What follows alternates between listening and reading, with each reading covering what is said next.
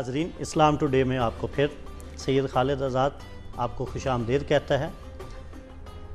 گفتگو کا سلسلہ جہاں سے ٹوٹا تھا وہیں سے شروع کرتے ہیں اور ایک کال کے بعد۔ ہیلو، السلام علیکم۔ وعلیکم السلام جی۔ بھائی میں مفتی صاحب سے ایک سوال کرنا چاہتی ہوں۔ جی جی جی میری بہن کریں۔ میری کچھ عرصہ پہلے شادی ہوئی تھی جی جی۔ اس کے بعد میں نے ڈائیورس لے لی تھی اپنے ہسبینڈ سے۔ جی جی۔ اس کے بعد ہمارے ایک جاننے والے صاحب تھے، انہوں نے مجھ سے شادی کا اظہار کیا۔ تو جس طرح طریقہ کار ہے کہ میں نے کہا کہ آپ اپنے گھر والوں کو بھیجیے، تو انہوں نے کہا کہ ابھی میرے حالات اس طرح نہیں ہے کہ میں گھر والوں کو بھیج سکوں، تو آپ میرے سے فون پہ نکاح کر لیجیے۔ اچھا، اب وہ ہوا اس طریقے سے کہ میں نے رضامندی ظاہر کی، میں کیا ہوا جی جی وہ صاحب جی جی سائٹ پہ، اور ان کے ساتھ ان کے 2 دوست موجود تھے۔ اچھا، فون پہ ہمارا نکاح ہوا۔ جو ان کے 2 دوست تھے ان میں سے ٹیلی فون پہ موجود تھے؟ جی، یہ آپ جب ٹیلی فون پہ کال کر رہی تھی اس ٹائم موجود تھے 2 دوست؟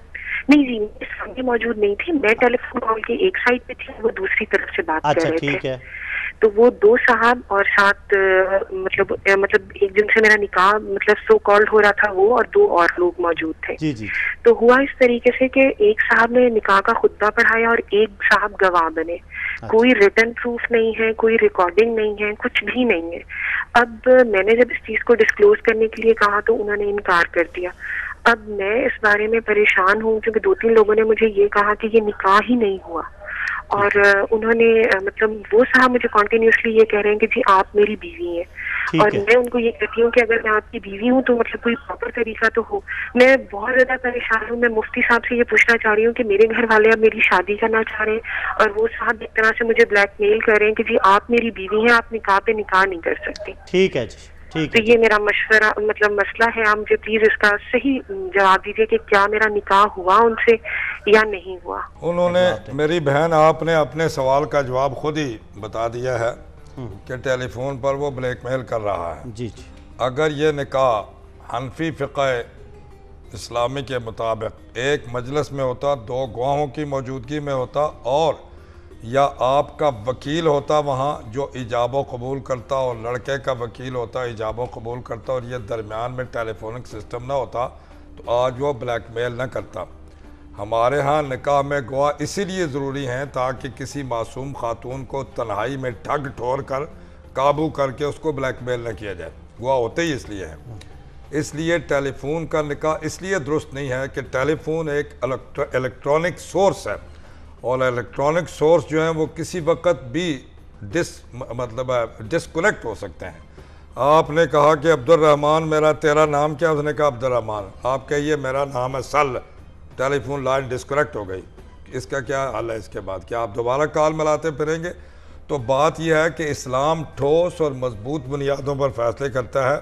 آپ لندن میں بیٹھ کر پاکستان میں نکاح کریں، لیکن ایک وکیل وہاں ہو جو آپ کی طرف سے ہو، ایک یہاں ہو قبول کرنے والا آپ کی طرف سے۔ ٹیلی فون کو بطور شغل آپ استعمال کر لیں تو الگ بات ہے، لیکن بطور evidence telephone is not acceptable in any court of the world. دنیا کی کسی عدالت میں ٹیلی فونک گواہی قبول نہیں ہوتی، اور یہ بہت نازک مسئلہ ہے۔ اس میں جس طرح جناب مفتی صاحب نے فرمایا، مفتی مولانا رائے صاحب نے، کہ اس میں نسب کا معاملہ ہے، اس میں بچے کے نسب کا معاملہ ہے۔ کل ایک بچہ کسی عورت کے پیٹ میں ظاہر ہو جائے، اب وہ عیدی ویلفیئر سینٹر کو تلاش کرتی پھرے، کسی کے متھے مار دے جی میرا اس کے ٹیلی فون پر نکاح ہوا ہے، وہ قسمیں اٹھاتا پھرتا ہے جی مجھے پتہ ہی نہیں، جھوٹ بولتی ہے یہ، اس نے تو ٹیلی فون پر خیالوں کیا، خیریت پوچھی، کدھر نکاح ہوا۔ تو یہ ساری گڑبڑ روکنے کے لیے اس کے لیے اتحاد مجلس کا ہونا ضروری ہے، اور اتحاد مجلس نہ ہو، اگر دونوں ایک جگہ نہ ہو تو پھر وکیل ادھر لڑکے کا ہو، ادھر لڑکے کا وکیل ہو، دونوں قبول کر لیں، اللہ اللہ خیر صلاح، جب اکٹھے ہو جائیں تو وہ ایکسیپٹ کر لیں کہ you are my husband and I am your wife, بات ختم۔ جی مولانا صاحب، آپ اہل حدیث کی روح سے بتائیں، پھر مولانا راہی ظفر علی صاحب سے رائے لیتے ہیں۔ الحمدللہ وحدہ والصلاة والسلام علی من لا نبی بعد، اما بعد، باللہ من الشیطان الرجیم۔ الطلاق مرتان فامساک بمعروف او تسریح باحسان، وقال النبی صلی اللہ علیہ وسلم ابغض الحلال الی اللہ الطلاق۔ اسلام کے اندر رشتہ ازدواج کی جو اہمیت ہے وہ ہے ہر ذی شعور انسان پر واضح ہے کہ یہ بڑا پیار محبت کا تعلق ہے۔ اللہ نے اس کے ذریعے باقاعدہ یہ بات بیان کی ہے وَجَعَلَ بَيْنَكُمْ مَوَدَّةً وَرَحْمَةً، اللہ نے اس رشتے کو محبت اور شفقت کا ذریعہ بنایا ہے، اور اس سے نکلنے کے لیے اسلام نے دو رستے رکھے ہیں، ایک مرد کے ذریعے ایک عورت کے ذریعے۔ مرد کو اسلام نے طلاق کا حق دیا ہے اور عورت کو اسلام نے اس سے نکلنے کے لیے خلع کا حق دیا ہے، اور مرد کو بھی اسلام نے یہ پابند کیا ہے کہ نہ تو بالکل جاہلیت کی طرح آزاد رکھا ہے جتنی مرضی طلاقیں دے، جتنی مرضی اور اسے صلح کرے، نہیں، نہ یہ ہے کہ یہ ایک ہی جھٹکے کے اندر ہمیشہ کے لیے بیوی سے فارغ ہو جائے، اسلام میں یہ بھی نہیں ہے۔ اسلام کے اندر اعتدال ہے۔ جاہلیت کے اندر یہی تھا کہ ایک عورت نبی کریم صلی اللہ علیہ وسلم کے پاس آئی، آ کر کہتی یا رسول اللہ صلی اللہ علیہ وسلم، خامد میرا وہ کہتا نہ بساؤں گا نہ طلاق دوں گا۔ اچھا وہ کیسے؟ کہتے کہ طلاق دے دوں گا، طلاق دینے کے بعد جب عدت ختم ہونے کی پھر صلح، پھر طلاق دے دوں گا، عدت ختم ہونے پھر صلح کر لوں گا، وہ پریشان ہو۔ تو تب پیارے پیغمبر علیہ السلام پر اللہ تعالیٰ نے یہ آیات بھیجی کہ طلاق جو ہے وہ جس کے بعد صلح ممکن ہے وہ دو طلاق ہے، اس کے بعد پھر یا تو مستقل چھوڑ دینا ہے یا اچھے طریقے سے بسا لینا ہے۔ تو اسلام نے مرد کو زندگی کے اندر ایک موقع پر ایک مجلس کے اندر ایک طلاق کا حق دیا ہے، اور اس کے اندر بھی آدمی کو سوچ و بچار کا موقع دیا ہے۔ پھر عورت کی کنڈیشن کے مطابق وہ مینسز کو آ رہے ہیں تب، اگر مینسز نہیں آ رہے، حاملہ ہے، پیگننٹ ہے، تب اس کی کنڈیشن کے مطابق اس کی عدت مقرر کی ہے کہ اگر حاملہ ہے تو جب تک بچہ پیدا نہیں ہو جاتا، وضع حمل نہیں ہو جاتا، آپ کو صلح کا حق ہے۔ اگر 3 دفعہ پیریڈ نہیں آ جاتے عورت کو، آپ کو صلح کا حق ہے۔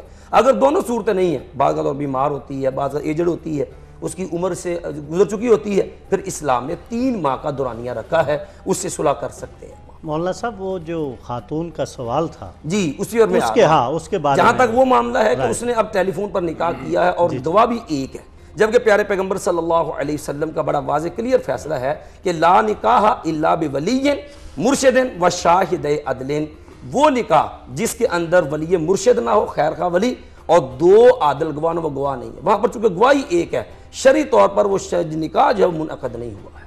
ٹھیک ہے جی مولانا صاحب، جیسا کہ مولانا نے فرمایا ہے کہ واقعاً یہ ایک خاندانی اثر میں تعلق ہوتا ہے جس کو ہم انفرادی طور پہ جب کرتے ہیں تو ایسے مسائل پیدا ہوتے ہیں، اور ایسے عام حالات میں آج کل بزرگوں کو اولاد یہ کہنا شروع ہو گئی ہے کہ ہم زیادہ عقل مند ہیں اور آپ کو اتنا اب پتہ نہیں ہے۔ معاشرہ بدل گیا ہے، سب سے بڑی بات تو یہ کرتے ہیں کہ معاشرہ بدل گیا، آپ کو کیا خبر ہے؟ نتیجہ یہ نکلا ہے کہ معاشرہ بدل گیا ہے، اس حد تک بدل گیا ہے کہ آپ کو نہ گھر میں سکون ہے نہ باہر سکون ہے، اتنا معاشرہ بدل گیا ہے، اور نہ آپ کو اس معاشرے کی خیر و خبر ہے۔ آج جتنے یہ مسائل پیدا ہو رہے ہیں اس کی وجہ یہی ہے کہ آپ کو خاندان میں کسی بزرگ کی سپورٹ نہیں ہے۔ اگر کسی بزرگ کی سپورٹ ہو تو پھر ایسے حالات پیدا نہیں ہوتے ہیں۔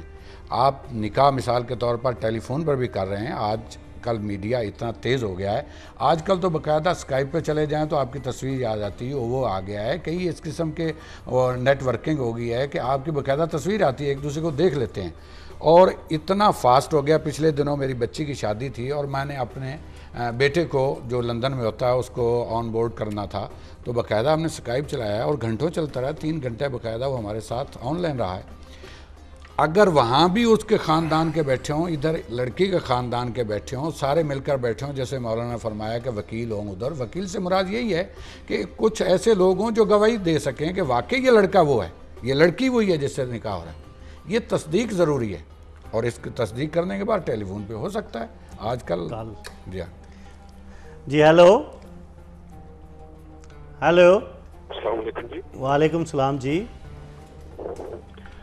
سر میں کویت سے بات کر رہا ہوں، عمران ساجد۔ جی بھائی صاحب، تو سر میرا مسئلہ یہ تھا کہ میرا چھوٹا بھائی ہے، اس کی شادی ہوئی ہے تقریباً 14 ماہ پہلے۔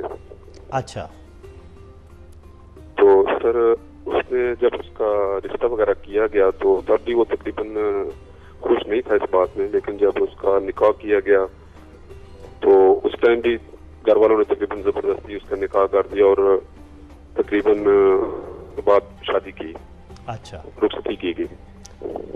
14 ماہ پہلے شادی کر دی، زبردستی کر دی؟